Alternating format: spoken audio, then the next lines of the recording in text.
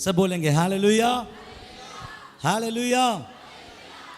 Bible का परमेश्वर हमसे और आपसे ये बातें बताना चाहता है कि अगर तुम किसी चीज के लिए अपने आप को सोच रहे हो तो उस चीज के लिए ना केवल सोचना जरूरी है, परंतु उस चीज के लिए अपने आप को भी प्रिपेयर करना बहुत क्या है, जरूरी है। कोई भी चीज, चाहे वो आपके बच्चे का पढ़ाई हो, आपका नौकरी हो, आपका विवाह हो, आपकी मिनिस्ट्री हो, कोई भी चीजें क्यों ना हो, अगर आप दिमाग में कुछ चीज सोच रहे हैं तो सोच के पीछे आपके अंदर तैयारी भी होना बहुत जरूरी है। अगर केवल सोच के रखे हैं, केवल अपने मन में उसको ठान के रखे हैं और कोई तैयारियां आपके जीवन में नहीं है, फिर आप सोच के कोई भी फायदा आपके जीवन में नहीं होने वाला। इसलिए जब भी केवल आप कोई चीज के लिए सोचते हैं, उसके पीछे आपके जीवन तैयारी मांगता है। क्या मांगता है? तैयारी मांगता है। इस उपवास के दौरान आप लोगों को याद होगा, इस उपवास का अनाउंसमेंट 10 तारीख स्टार्ट होगा, अर्थात सोमवार का दिन था। 9 तारीख रविवार का दिन था। तब मैंने अनाउंसमेंट नहीं किया आपसे। मैं 2-3 सप्ताह पहले से आपको मैं अनाउंसमेंट कर रहा था कि फास्टिंग करेंगे करेंगे करेंगे। क्यों मैं अनाउंसमेंट कर रहा था? इसके पीछे एक कारण क्या है कि उस 14 दिन के फास्टिंग के लिए हम अपने आप को क्या कर सके, तैयार कर सके। क्या तैयारी? फास्टिंग के बीच हम बीमार पड़ सकते हैं, फास्टिंग के बीच हम कमजोरी हो सकते हैं, फास्टिंग के बीच प्रभु हमारे बच्चों, शैतान हमारे बच्चों के जीवन में काम कर सकता है। फास्टिंग के दौरान हमारे परिवार में ना सही, विश्वासियों के परिवार में क्या कर सकता है, काम कर सकता है। इसलिए आप लोगों को पहले से बोल दिया गया था, बी प्रिपेयर, कि 14 दिन आने वाले उपवास के लिए क्या करो, तैयार हो जाओ। इसलिए कोई भी चीज जो हम लक्ष्य, जो हम स्वप्न या दर्शन के रूप में खुदा हमारे सामने रखता है, उसको पाने के लिए ना केवल उस आशा व विश्वास व भरोसा जरूरी है, इससे भी ज्यादा जरूरी है कि हम अपने जिंदगी को क्या करें, प्रिपेयर करें, तैयार करें। और जब एक बार आप तैयार हो जाएंगे ना, तो वो भी तैयार और आप भी तैयार, और जो चाहिए खुदा आपके हाथों में दे देगा। हालेलुया। अभी रिबेका जो छोटी बच्ची है हमारे कलीसिया का, सिस्टर भानु से आकर वो ऐसा कहेगी, मम्मा मैंने एक ऑनलाइन में फोन देखा है और मुझे वो फोन चाहिए। उसको मम्मा पूछेगी, बेटा कितने का फोन है? मैंने आईफोन देखा है। मम्मा 1.5 लाख का होगा, मुझे खरीद के दिलवा दो। ठीक है, तो उसकी मम्मा क्या करेगी? दिलवाएगी उसको। उसकी मम्मा दिलवाए, आप लोग बताइए, दिलवाएगी कि नहीं दिलवाएगी?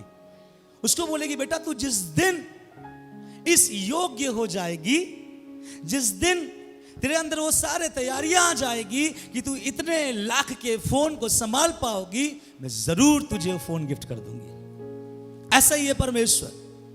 कभी कभी हम प्रभु से मांगते, खुदा ये दे देना, प्रभु ऐसा करना, प्रभु वो करना, तो मेरा प्रभु का जवाब हमारे लिए आता है कि क्या तू तैयार है? क्या तू अपने आप को तैयार रखा है? एक जन प्रभु से प्रार्थना कर रहा है, खुदा एक एरोप्लेन मुझे दे दे, एक एरोप्लेन दे दे। उपवास में प्रभु का धीरे से आवाज आया, लैंड कहां करवाएगा पहले दिखा। लैंड कहां करवाएगा, जमीन दिखा। अरे प्रभु वो तो नहीं पता था, पहले उसके लिए प्रार्थना कर।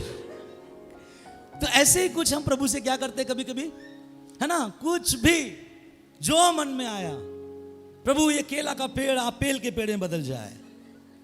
ऐसा नहीं होता है। अगर आपको केला का पेड़ को आपेल में बदलना है, तो केला के पेड़ के बगल में आपेल का पेड़ का बीज क्या करना पड़ेगा, लगाना पड़ेगा, मेहनत करना पड़ेगा, तैयारी करना पड़ेगा, तब उस केले के पेड़ के बगल में आपेल का पेड़ एक दिन आपको आपेल खाने के योग्य आपेल देगा। तो मेरे बातों को ध्यान समझिएगा। इसलिए जब भी हम प्रभु से कुछ मांगते, चाहे स्पिरिचुअल लाइफ हो, चाहे प्रभु का सामर्थ हो, चाहे वरदान हो, मांगते हैं, खुदा देगा, प्रभु देगा। परंतु प्रभु आपसे पूछता है कि इसके लिए तेरे पास कितना तैयारी है, इसके पास तूने कितने तैयारियों को कर रखा है, तूने इसके लिए क्या क्या किया, मुझे दिखा।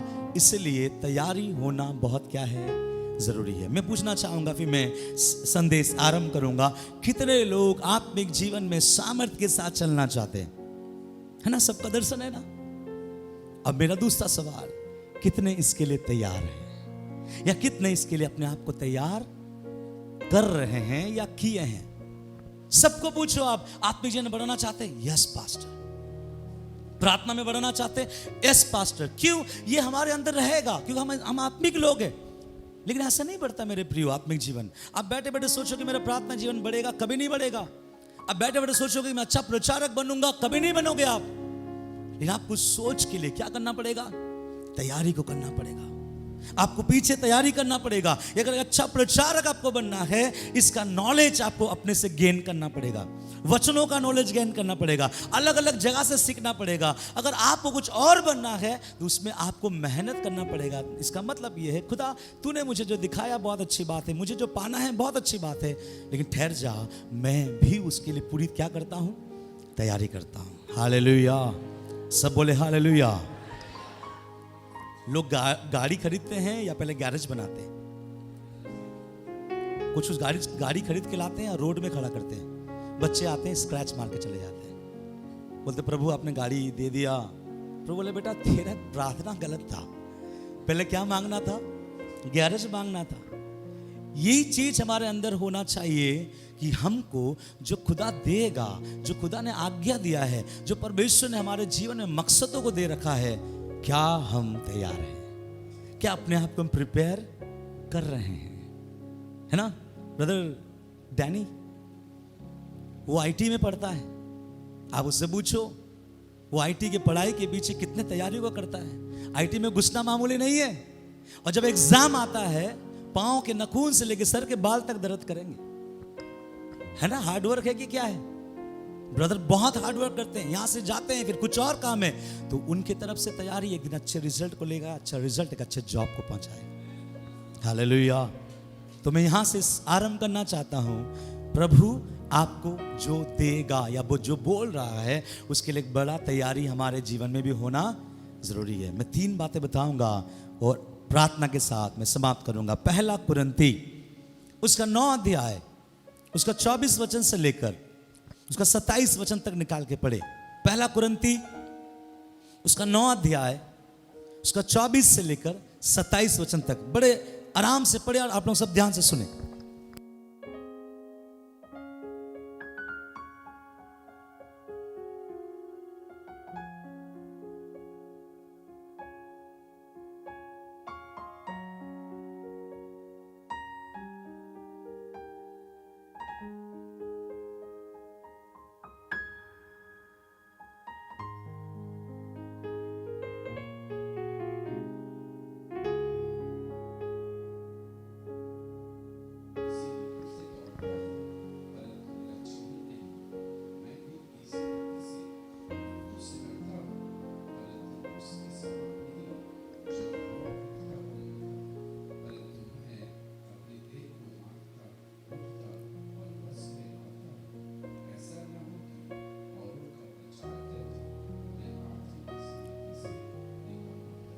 Praise the Lord. हालेलुया।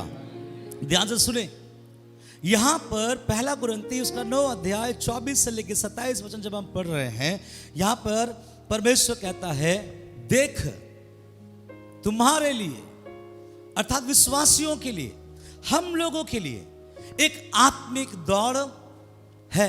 इसको आप बोल सकते हैं आत्मिक यात्रा, इसको आप बोल सकते हैं आत्मिक जीवन, इसको आप बोल सकते हैं पवित्र जीवन। और ये परमेश्वर ने निर्धारित किया है, जो कोई यीशु मसीह को विश्वास किया है उसी दिन से आप मसीह के उस दौड़ में खुदा आपको लगाता है, और उस दौड़ में परमेश्वर आपको चाहता है कि आप दौड़े। अगर आप दौड़ने के ट्रैक में खड़े हो तो नाचने से नहीं चलेगा। अगर आप दौड़ने के ट्रैक में खड़े हैं गीत गाने से भी नहीं चलेगा। अगर आप दौड़ने के उस लाइन में खड़े हैं तो वो लाइन आपसे एक चीज का पुकार करता है, बोलता है आपको चिल्लाकर कि बेटी और बेटा, इस लाइन में तुझे क्या करने की आवश्यकता है? दौड़ने की आवश्यकता है। क्योंकि प्रभु ने आपको दौड़ने के लाइन में रखा है, विश्वास जिंदगी में बढ़ने के लिए रखा है, विश्वास जिंदगी में और आगे बहुत सारे चीजों को हासिल करने के लिए प्रभु ने आपको रखा है। इसलिए प्रभु कहता है, देखो दौड़ में तो दौड़ते सब ही है, परंतु इनाम, गिफ्ट, प्राइज कितने ले जाते हैं? एक। फिर यहां पे लेखक कहता है, तुम में से दौड़ो कि तुम क्या करो? जीतो। वहां शब्द पे ध्यान दीजिएगा, there is no first, no second and no third. एक शब्द आया है, जीतो। क्या आया है? जीतो। इसका अर्थ यह है, स्वर्ग राज में फर्स्ट, सेकंड, थर्ड नहीं है, है ना? पास्टर संजय फर्स्ट आएगा, उसके बाद उसके लीडर सेकंड आएंगे, विश्वासी थर्ड आएगा। ऐसे नहीं, हम सब जीतने के लिए दौड़ रहे हैं, फर्स्ट, सेकंड, थर्ड आने के लिए नहीं। क्योंकि फर्स्ट, सेकंड, थर्ड जहां है वहां घमंड है ना? फर्स्ट वाले देखा मेडल सोने का, तेरा सिल्वर का। इसलिए परमेश्वर ने फर्स्ट, सेकंड और थर्ड नहीं रखा। परमेश्वर कहता है, ये दौड़ में, ये विश्वास की जिंदगी में तुझे क्या करना है? दौड़ना है, भागना है। और जब तुम भागोगे, दौड़ोगे जीतने के लिए, क्योंकि मैंने आपसे कहा जब आप जीतने के लिए दौड़ रहे हो, अरे ये दौड़ने के लिए प्रभु ने आपको उस दौड़ में खड़ा किया है। ये अच्छी बात है कि आप जीतने के लिए दौड़ रहे हैं, ये बहुत अच्छी बात है कि आप समझ गए कि प्रभु मुझे जीतने के लिए सामर्थ्य दे कि मैं दौड़ूं।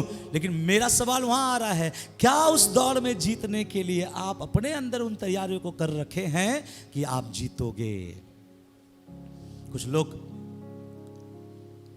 क्या बोलते हैं, आप लोग देखे होंगे बस्तियों में कुछ नॉर्मल प्रोग्राम होने समय अनाउंसमेंट होता है, सुनो आज शाम को हम लोग म्यूजिकल चेयर का प्रोग्राम ऑर्गेनाइज कर रहे हैं, आज कैंडल जलाएंगे, ये करेंगे। और कभी कभी हम हमारे उन बच्चों को भी भेज देते जो कभी अपने घर में मैचिस नहीं चलाया, बेटा ऐसे करना, ऐसे ऐसे करना, हो जाएगा।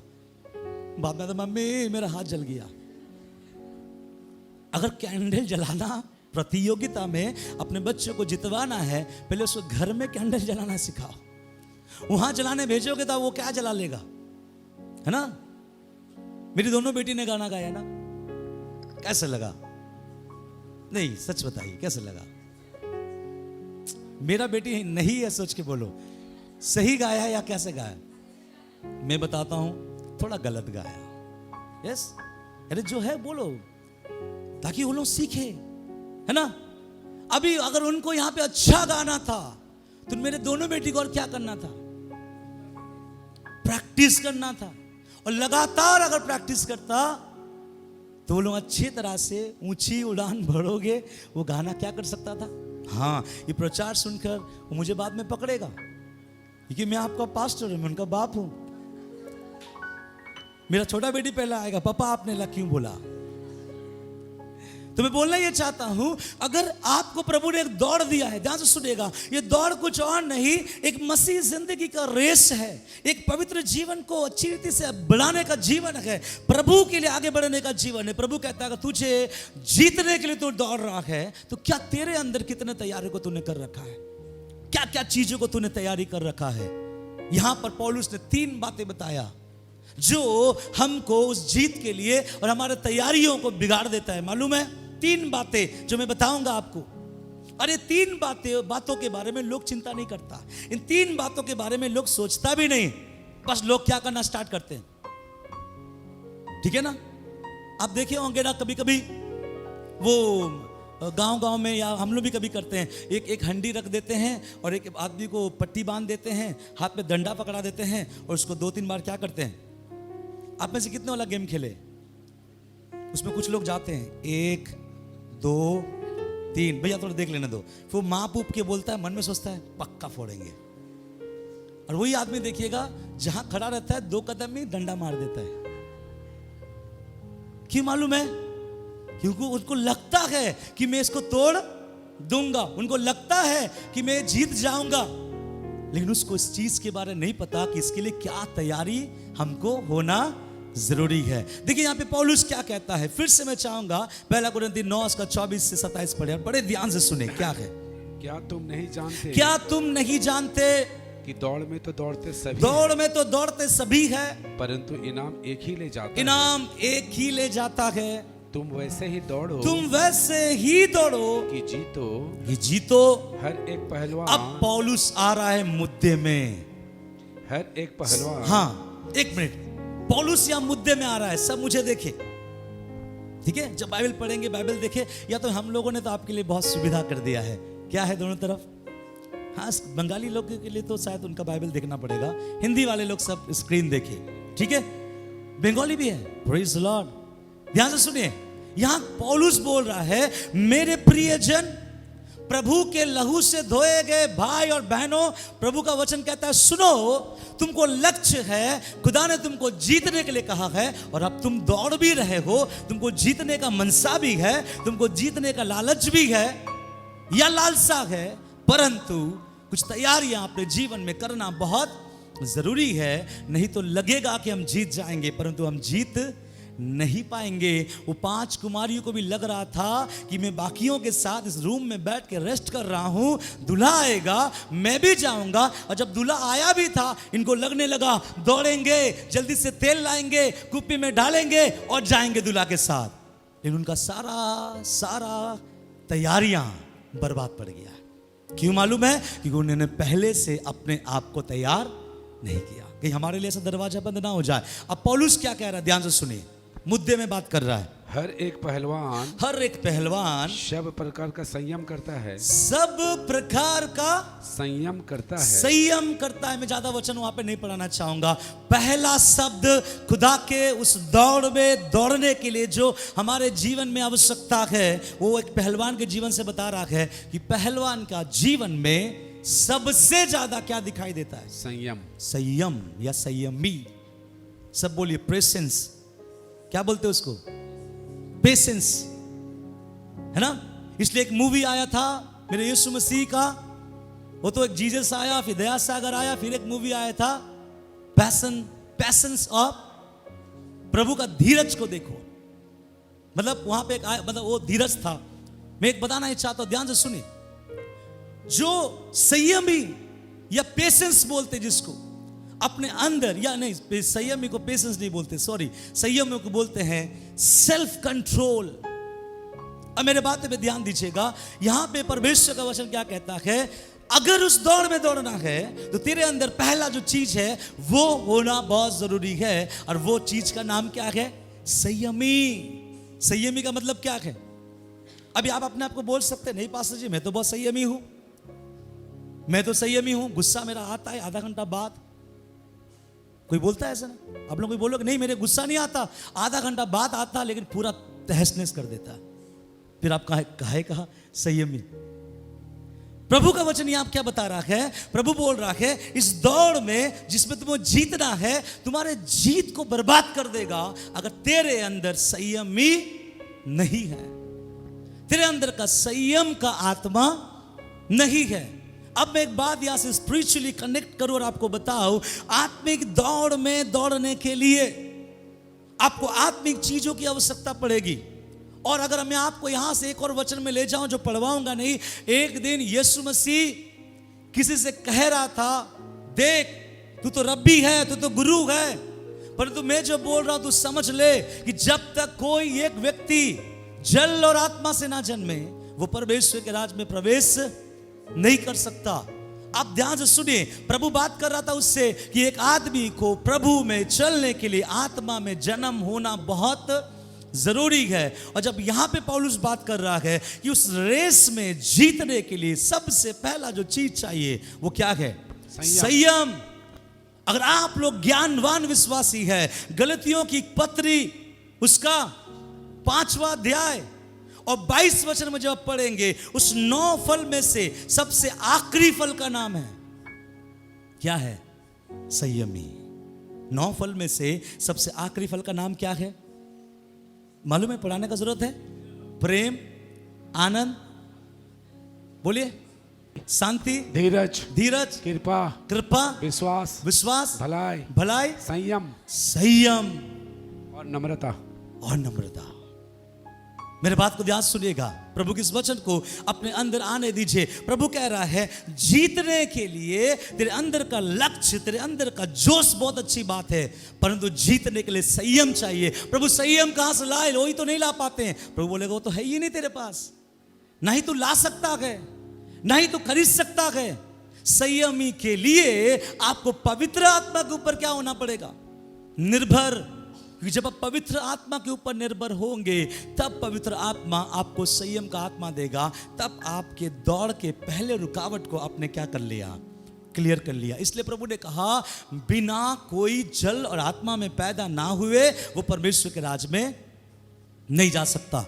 मैं आपसे बताना चाहूंगा, उत्पत्ति 1 उसका 1 में क्या लिखा है? आदि में परमेश्वर ने आकाश और पृथ्वी की सृष्टि की और पृथ्वी बेडोल और सुनसान पड़ी थी, तथा परमेश्वर का आत्मा जल के ऊपर।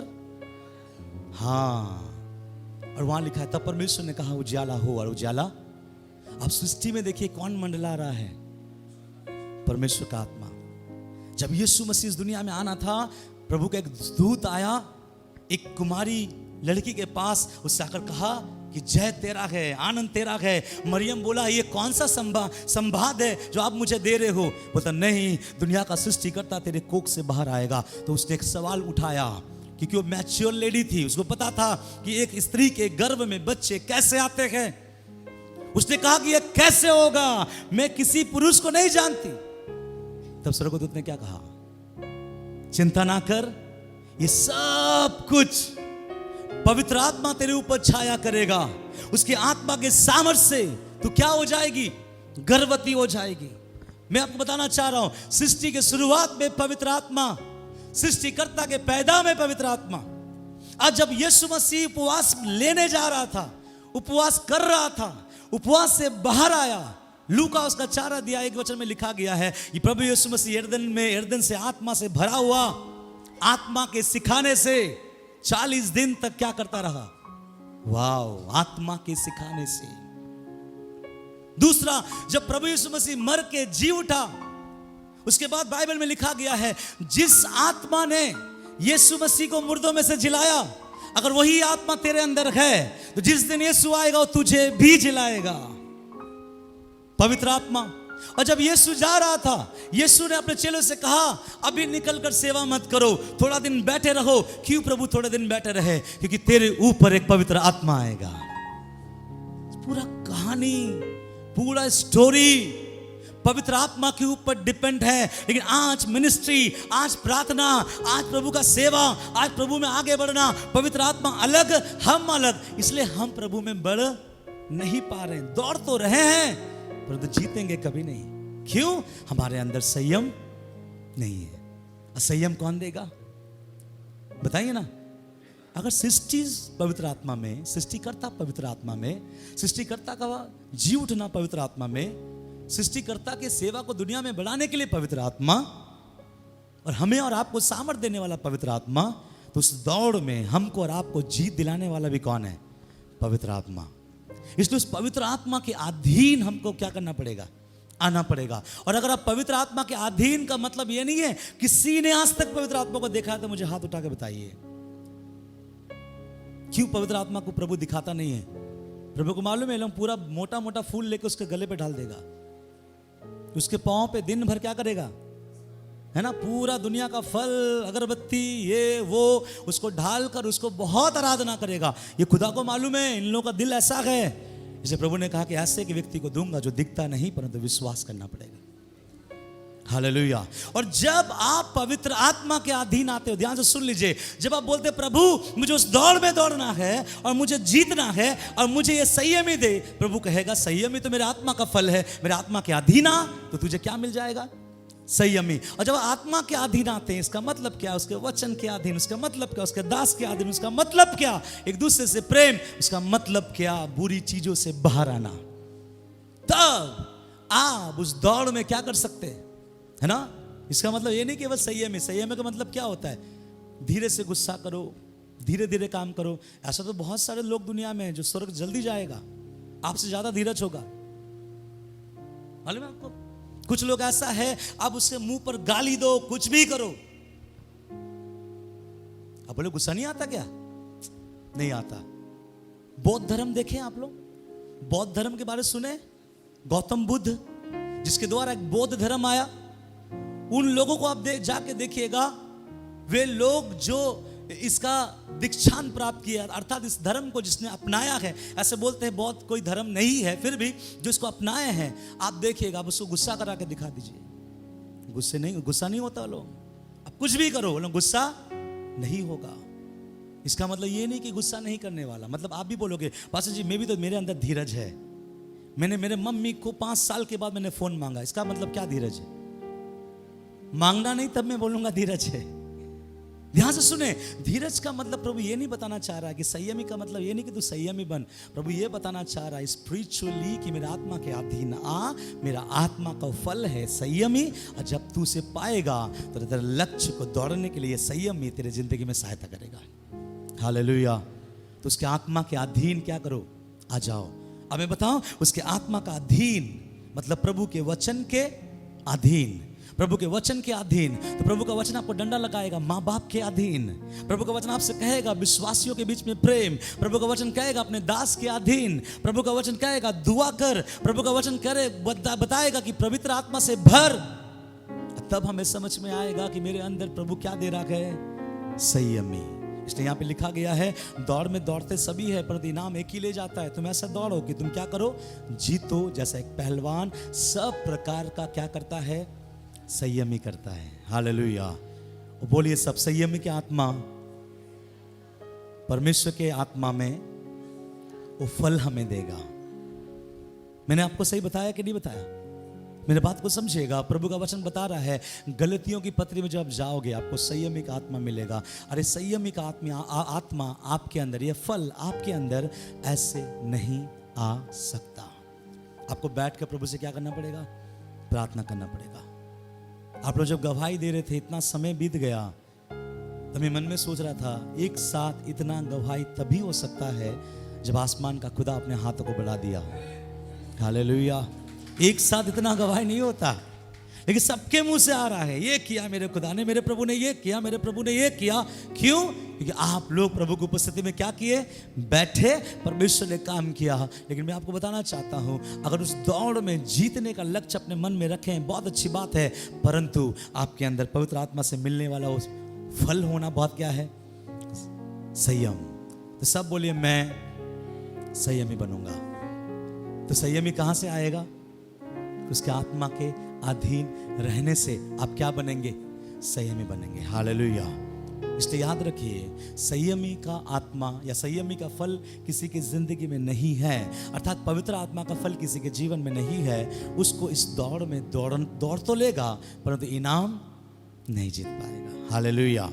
दूसरा, अब इसके आगे मैं बढ़ना चाहूंगा, उसके दूसरे वचन से पढ़िए। हर एक पहलवान हाँ सब प्रकार का संयम करता है। हाँ वे तो एक मुरझाने वाले हाँ मुकुट को पाने के लिए हाँ ये सब करते हैं। ओके, आगे। परंतु हम तो उस मुकुट के लिए करते हैं, हम तो उस मुकुट के लिए करते हैं जो मुरझाने का नहीं, जो मुरझाने का नहीं। इसलिए मैं तो इसी रीति से दौड़ता हूँ। सुनिए, मैं तो इसी रीति से दौड़ता हूँ, परंतु लक्ष्य ही नहीं। हाँ, दूसरा मेरा पॉइंट आपके अंदर ढालना है। सब बोलिए मेरे अंदर लक्ष्य होना चाहिए। क्या होना चाहिए? लक्ष्य। लक्ष्य का मतलब क्या मालूम है? Aim, target. होगा तो होगा। इसलिए संयमी के बाद आपको एक चीज अपने अंदर करना है कि आपको अपने अंदर क्या लेके आना चाहिए प्रभु के वचन के अनुसार? बोलिए ना, लक्ष्य। और लक्ष्य का मतलब यह है, अगर किसी के मन में लक्ष्य है, टारगेट बैठा लिया है, तो वो कर सकता है। अगर आपके अंदर टारगेट ही नहीं है, आप कभी अपने जीवन को प्रभु में आगे नहीं बढ़ा पाओगे। आपने कई बड़े बड़े प्लेयर्स को देखे होंगे, कई बड़े बड़े प्लेयर्स को देखे होंगे, उनके मोटिवेशनल बातों को आपने सुना होगा, और आप लोग कई बार अपने व्हाट्सएप स्टेटस में रखते हैं कि किसी ने ये कहा, किसी ने ये कहा। उन सबों से जाके आप पूछिएगा आपके सक्सेस होने के पीछे कारण क्या है? वो कहेगा मैंने एक लक्ष्य सेट किया अपने माइंड में और उसी के लिए मैंने भागा। किसके लिए भागा? एक लक्ष्य मैंने क्या कर दिया? सेट किया और मैंने उसी के लिए भागा। अब मैं आपसे पूछता हूं, आपका लक्ष्य क्या है? अभी अपना आत्मिक उत्तर दोगे। आपका लक्ष्य क्या है बताइए ना। प्रभु के हाथ से मुकुट लेना अच्छी बात है, और आपका लक्ष्य क्या है? स्वर्ग जाना, बहुत अच्छी बात है, और सुसमाचार प्रचार करना। ये सब हम स्पिरिचुअल आंसर्स है, और हमको पता भी है आप लोग इस तरफ वाले लोग भी जो बोलेंगे अभी अच्छे ही बोलेंगे, कोई बुरा नहीं बोलेगा। बट मैं फैक्ट में आना चाहता हूं। प्रभु का वचन में लिखा गया है तेरा लक्ष्य क्या होना चाहिए। जैसे सिस्टर पूजा ने कहा, कहां जाना? स्वर्ग जाना। या जैसे मैं अभी यहाँ प्रभु का वचन प्रचार कर रहा हूं कि जीतने का लक्ष्य हमारे अंदर होना चाहिए, अर्थात प्रभु के राज्य का लक्ष्य हमारे अंदर होना चाहिए। अब मैं बताऊंगा, जितने भी अगर आप बोले कि हाँ मेरे अंदर लक्ष्य है, मैं बोलूंगा फिर भी आपका लक्ष्य टूटता है। रीजन, कारण क्या है मैं आपको बताऊंगा। मसीहों के बारे में बात करता हूं। मसीही लोग अपने जीवन में क्या करते, ध्यान से सुने। एक ही गांव में रहने वाला दो परिवार था। इनको भी एक बेटा और इनको भी एक बेटा। दोनों का आर्थिक परिस्थिति लगभग ठीक ही है, उतना खराब भी नहीं उतना अच्छा भी नहीं। दोनों मसीह, दोनों विश्वासी, और दोनों एक ही कलीसिया में जाने वाला, दोनों के बच्चे एक ही स्कूल में पढ़ने वाला। लेकिन दोनों जब चर्च के आपसी में जब घर आते हैं तो ये सिस्टर जब इस सिस्टर से बात करती है कि तेरे बेटे के लिए तूने क्या सोचा है, वो कहता है मेरे जीवन का एक लक्ष्य है कि मेरे बेटे को मैं डॉक्टर बनाऊं। क्या बनाऊं? डॉक्टर बनाऊं। जब ये पूछती है कि तेरे बेटे के लिए तूने क्या सोचा है, वो कहता है मेरा जीवन का लक्ष्य है मेरे बेटे को प्रभु के अनुग्रह से एक अच्छा इंसान बनाऊं। तब ये बोलने लगा इसमें कौन सी बड़ी बात है, पास्टर से प्रार्थना करवा लेना और देखना तेरा बेटा क्या हो जाएगा, अच्छा हो जाएगा। इतने में दोनों बच्चे धीरे धीरे धीरे धीरे धीरे धीरे नर्सरी से ऊपर क्लास, ऊपर से हायर स्टडी, और हायर स्टडी से और भी ऊपर क्या हो गया, आ गया। और एक दिन ऐसा समय आया कि दोनों ने अच्छे नंबरों से पास किया। उसके माँ बाप ने अपने इस बच्चे को बचपन से इसी चीज के लिए क्या किया, तैयार किया कि तुझे एक दिन क्या बनना है, डॉक्टर बनना है। तो इस बच्चे के दिमाग में ठूस ठूस कर इस बात को ढाला गया कि तुझे क्या बनना है, डॉक्टर। बेटा तेरा लक्ष्य डॉक्टर है, तू डॉक्टर बन के आएगा इस गांव में, मेरे नाम, तेरे पिता का नाम क्या हो जाएगा। और बच्चा भी उस टारगेट को ले लिया, और बच्चा भी उस टारगेट को लेकर उसी मकसद में क्या होकर आगे बढ़ने लगा। और इसके माँ बाप इस बच्चे को बचपन से दिमाग में यही बात डाला, अच्छा इंसान बनना, प्रभु में चलना, प्रभु के दासों का आदर करना, कलीसिया में सेवा में दौड़ना, माता पिता का आज्ञा मानना, और प्रभु के वचन को उसके सर में ढाला। दोनों परिवार, अचानक ऐसा हुआ कि इसके माँ बाप इसको बहुत अच्छा सिखाने के लिए, ये अच्छा रीति से वो पास आउट होके आए, इसको बाहर, इंडिया के बाहर क्या कर दिया, भेज दिया। और इनके माँ बाप इनको इंडिया में ही एक अच्छे जगह पर पढ़ाने के लिए भेजा। दोनों डॉक्टर पढ़ने के लिए गए, दोनों डॉक्टरी पढ़ने के लिए गए। ये भी गांव से शहर गया, और ये अपने जगह से दूसरे देश को चला गया।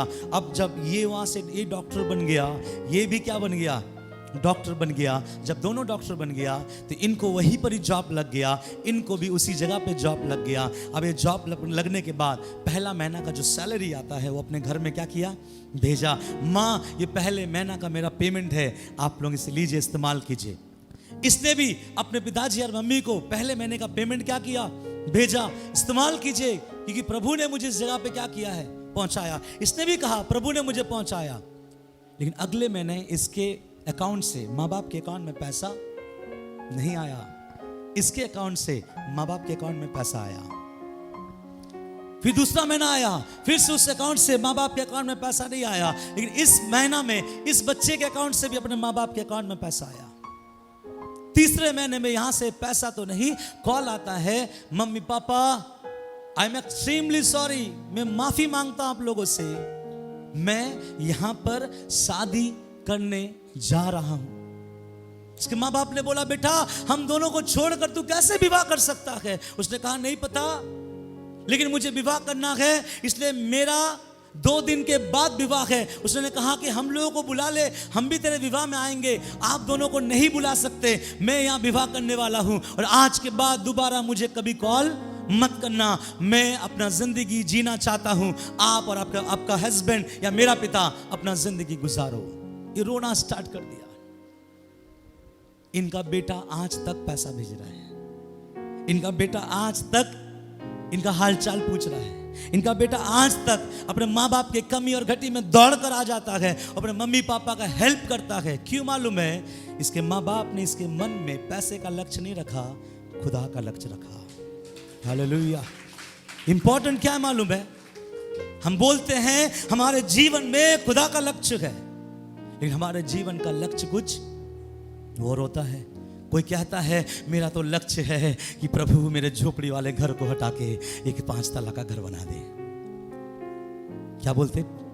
झोपड़ी वाला घर हटा के 5 तल्ले का घर बना दे। कुछ बोलते हैं प्रभु मेरे पास थोड़ा थोड़ा पैसा है, मैं कान का सोना का लिया हूं, अनुग्रह करना प्रभु गले का सोना का आ जाए। सोना खरीदना गलत नहीं है, काम आएगा। अगर आपका काम नहीं आए मेरे हाथ में दो, मैं काम में लगाऊंगा। लेकिन ध्यान से सुनिए, हम अपने अंदर कौन सा लक्ष्य फिट कर रहे हैं? अपने बच्चों को बचपन से ढाल रहे हैं, अरे खुदा नहीं बड़ा, पैसा बड़ा है, डॉक्टरी पढ़, इंजीनियरिंग पढ़, और बच्चों को ऐसे जगह ढकेल देते हैं और बच्चे बाद में बोलते हैं दोबारा मुझे कॉल मत करना। क्यों बोलेगा? क्योंकि उसका लक्ष्य खुदा नहीं है। उसका लक्ष्य कौन हो गया है? पैसा, एनआरआई बनना, वहां का सिटीजनशिप लेना। लेकिन इसका लक्ष्य बचपन से क्या बनना? क्या ये डॉक्टर नहीं बना? क्या इसके पास पैसा नहीं है? क्या इसके पास शौहरत नहीं है? सब है, लेकिन इसके पास, उसके पास जो नहीं है, इसके पास वो है। उसका जिंदा खुदा आज भी उसके दिमाग में है। क्यों? उसके माँ बाप ने बचपन से उसको लक्ष्य। अभी मैं आपसे पूछता हूं, आपके जीवन का लक्ष्य क्या है? क्या है लक्ष्य? सीधा बोलना। दिनेश वर्षिप में जो गाना गा रहा था, मैं और मेरा घराना यहोवा का सेवा नित्य करेंगे। Hallelujah, hallelujah. हम बोलेंगे पास्टर मैं, मेरा बेटा, मेरा बेटी सब अगर यहोवा की सेवा करेंगे तो हमारा पेट का सेवा कौन करेगा? मैं आपको बताना चाहता हूं लक्ष्य हमारा क्या होना चाहिए। आप एक वचन पढ़ेंगे तो आपका आंख खुलेगा। मत्ती 6 उसका 33 को पढ़िए, देखिए उसमें क्या लिखा गया है। मत्ती 6 उसके 33 में देखिए क्या लिखा है। इसीलिए पहले तुम, हेलो प्रभु के लोगों सुनो, इसीलिए क्या करो? पहले तुम परमेश्वर के राज्य, पहले अपने बच्चों को डॉक्टर बनाओ, पहले तुम, पहले इंजीनियरिंग बनाओ, पहले तुम, पहले उसका विवाह करवाओ, उससे पहले अपने बच्चों को हाई स्कूल भेजो, उससे पहले अपने बच्चों को ये सिखाओ कि क्या करना है क्या नहीं करना है, उससे पहले तुम क्या करो?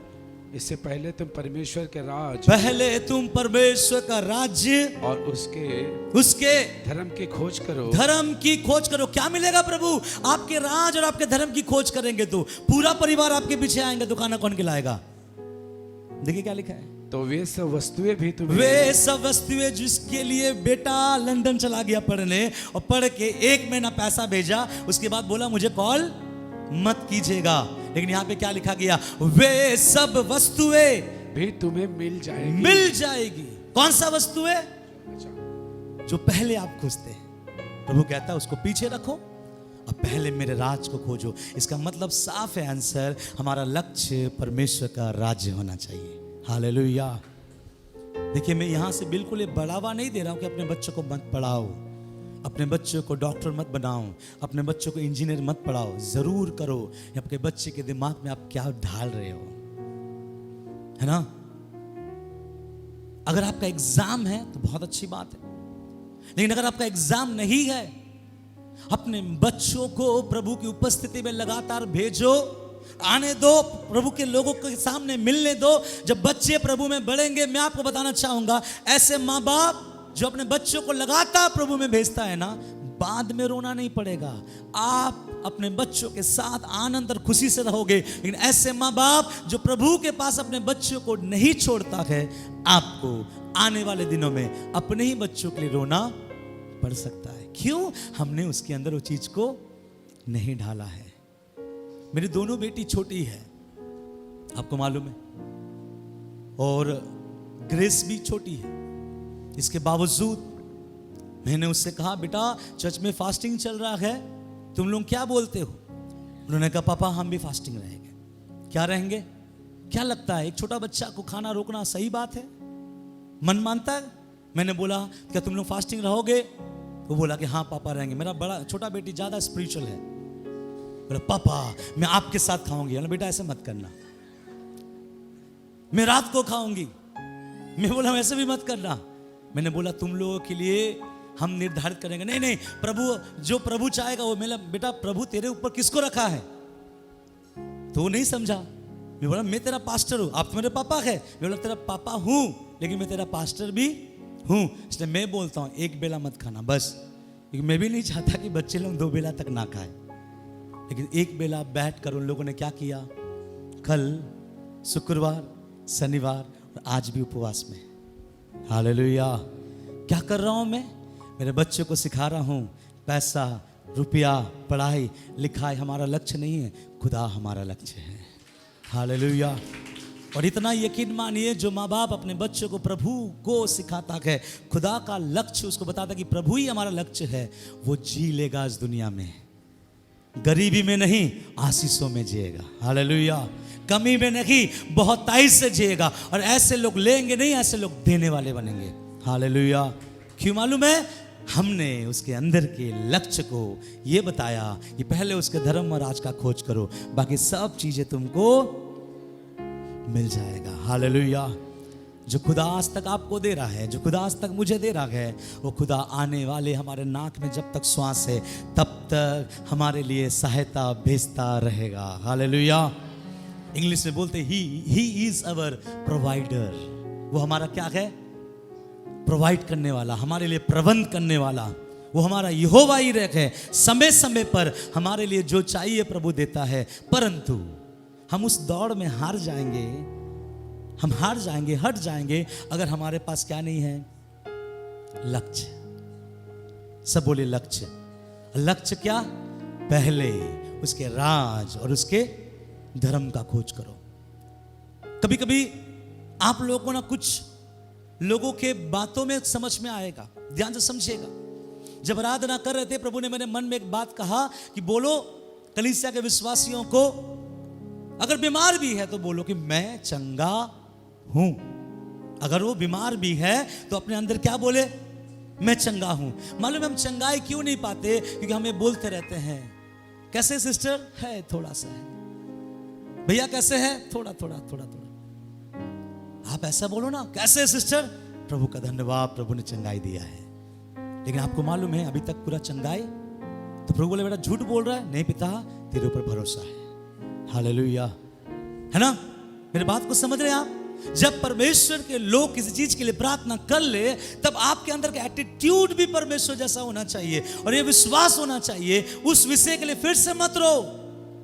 पास्टर जी आपने प्रार्थना किया था, मेरा बेटा नहीं बदला। पास्टर जी प्रार्थना किया था, मेरा ये चीज ठीक नहीं हुआ। पास्टर जी आपने प्रार्थना किया था, कुछ नहीं आया।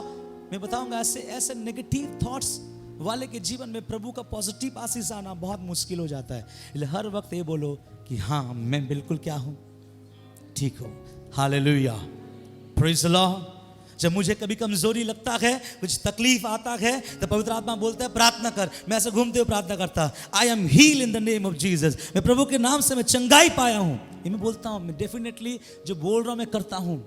और मैं से करता हूं, मैं देखता हूं परमेश्वर ने मुझे क्या कर दिया? चंगाई दिया। ब्रदर सैम, मैं आपको बताया, ब्रदर सैम के शरीर में एक बीमारी था। क्या बीमारी था ब्रदर?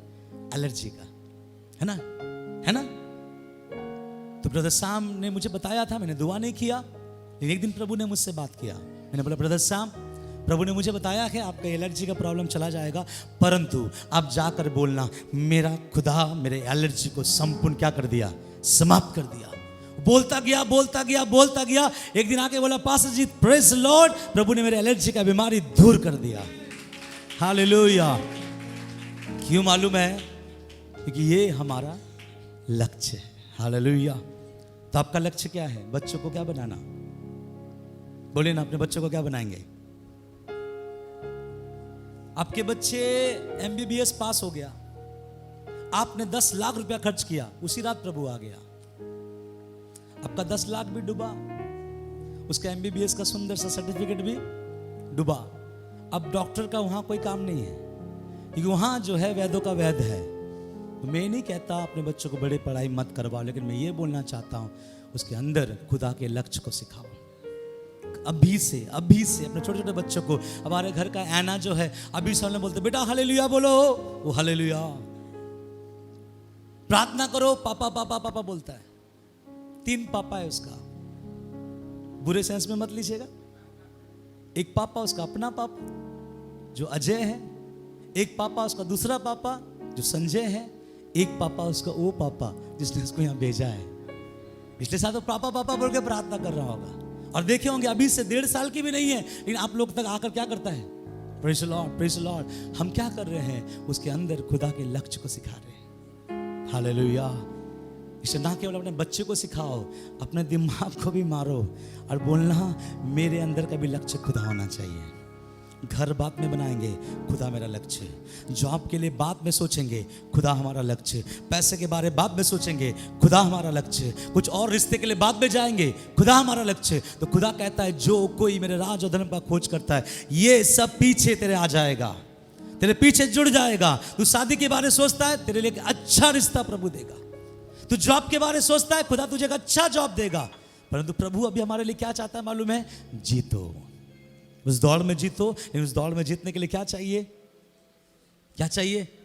लक्ष्य। समझ गए आप? लक्ष्य का मतलब क्या है? एक एम। और ये एम कौन सा? कुछ नहीं, पहले परमेश्वर का राज और धर्म। सुबह उठना, पर्सनल प्रार्थना कीजिएगा और कम से कम 4, 5 या 10 बार रिपीट करना, मेरा लक्ष्य परमेश्वर का राज और धर्म का खोज करना। मेरा लक्ष्य परमेश्वर का राज और धर्म का खोज कर 10 बार रिपीट करना, तब तक जब तक आपका शरीर इस बात को एग्री ना कर ले। और फिर देखना प्रभु आपके जीवन को आसमानों में उठाएगा। हालेलुया। आपको मालूम है बड़े बड़े स्पेस सेंटर में काम करने वाले, बड़े बड़े पैसे वाले लोग, बड़े बड़े बुद्धिजीवी लोग, उनका अगर रिसर्च करोगे कौन है, कहां से आया, वे सब मसीह में है। कौन है? मसीह में। क्यों आज बड़े साइंटिस्ट है? खुदा को पहला स्थान दिया। क्यों आज डॉक्टर है बड़े बड़े? खुदा को पहला स्थान दिया। तो मेरा आप लोगों से बोलना है, इस दौड़ में प्रभु को पहला स्थान दो। तीसरा, फिर हम समाप्त करेंगे, अब उसके आगे बढ़े। इसलिए मैं तो इसी रीति से दौड़ता हूँ, हाँ, परंतु लक्ष्य नहीं, मैं भी इसी रीति से मुक्कों से लड़ता हूँ, हाँ, परंतु उसके समान नहीं, हाँ, जो हवा पीटता हुआ लड़ता है।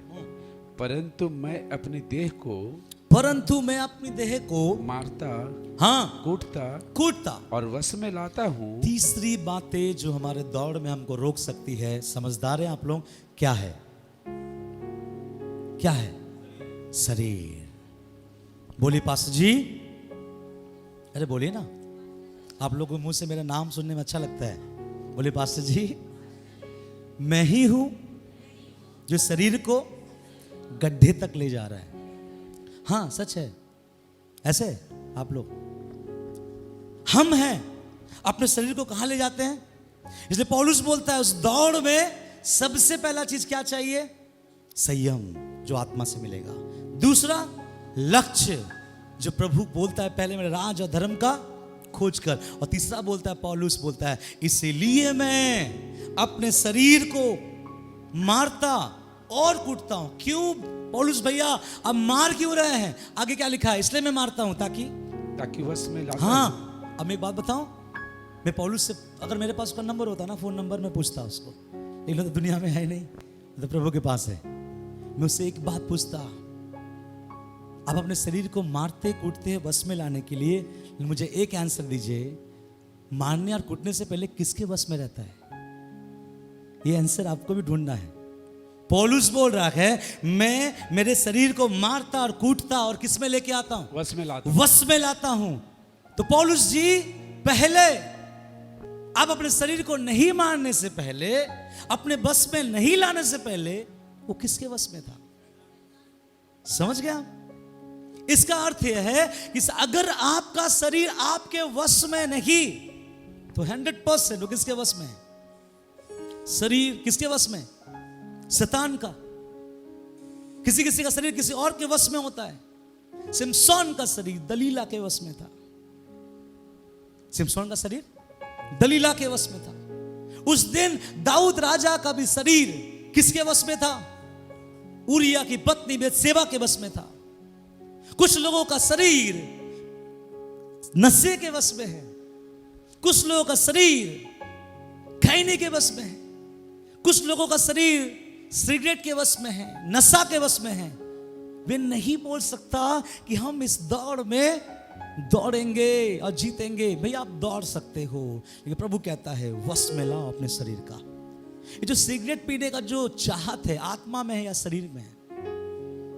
बताइए ना। भाइयों के बारे में बात बताएंगे। हमारे भाई लोग, ऐसा नहीं है लेकिन यूट्यूब में भी जा रहा है, कई भाई लोग सुनेंगे।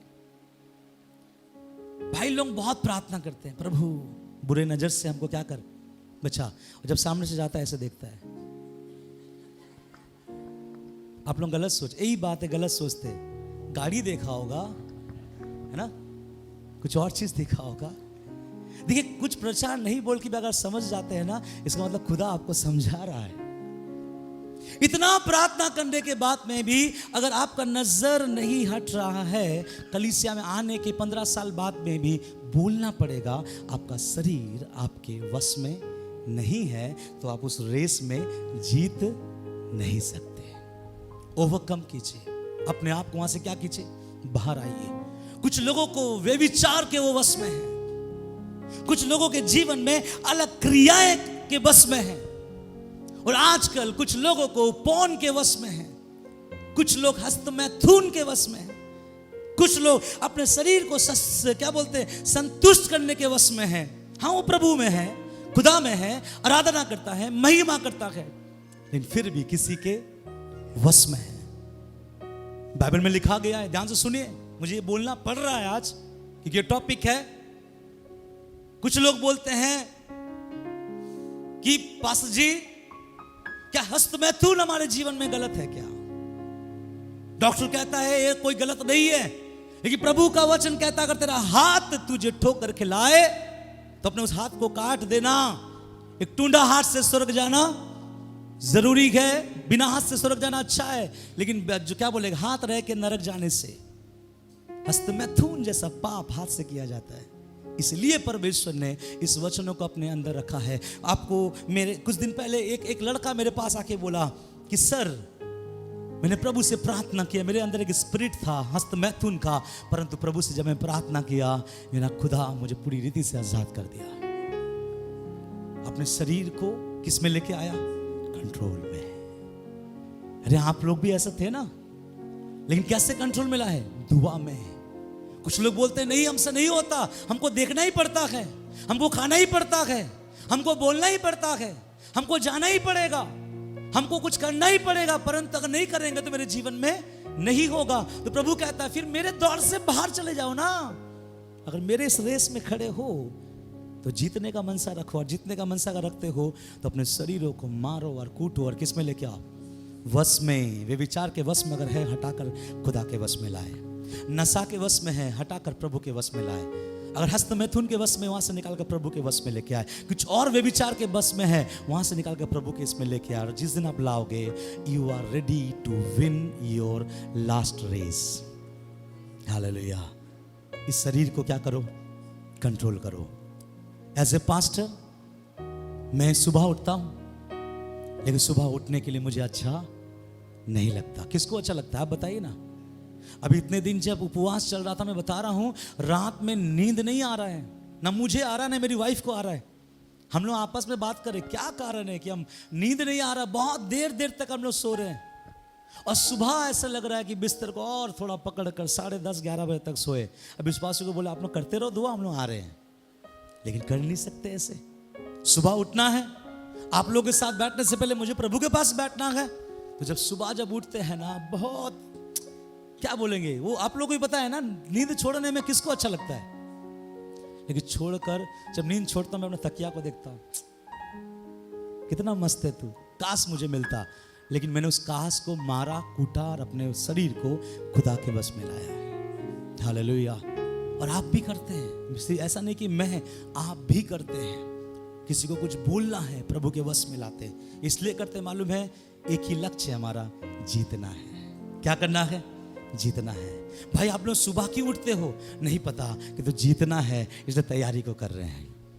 आप लोगों के अंदर संयम क्यों है? पता नहीं, लेकिन हमको जीतना है, इसलिए संयम में हम अपने आप को क्या करते हैं? भरते हैं।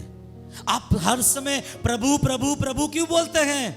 ये इसलिए बोलते हैं कि हमारे सामने क्या है?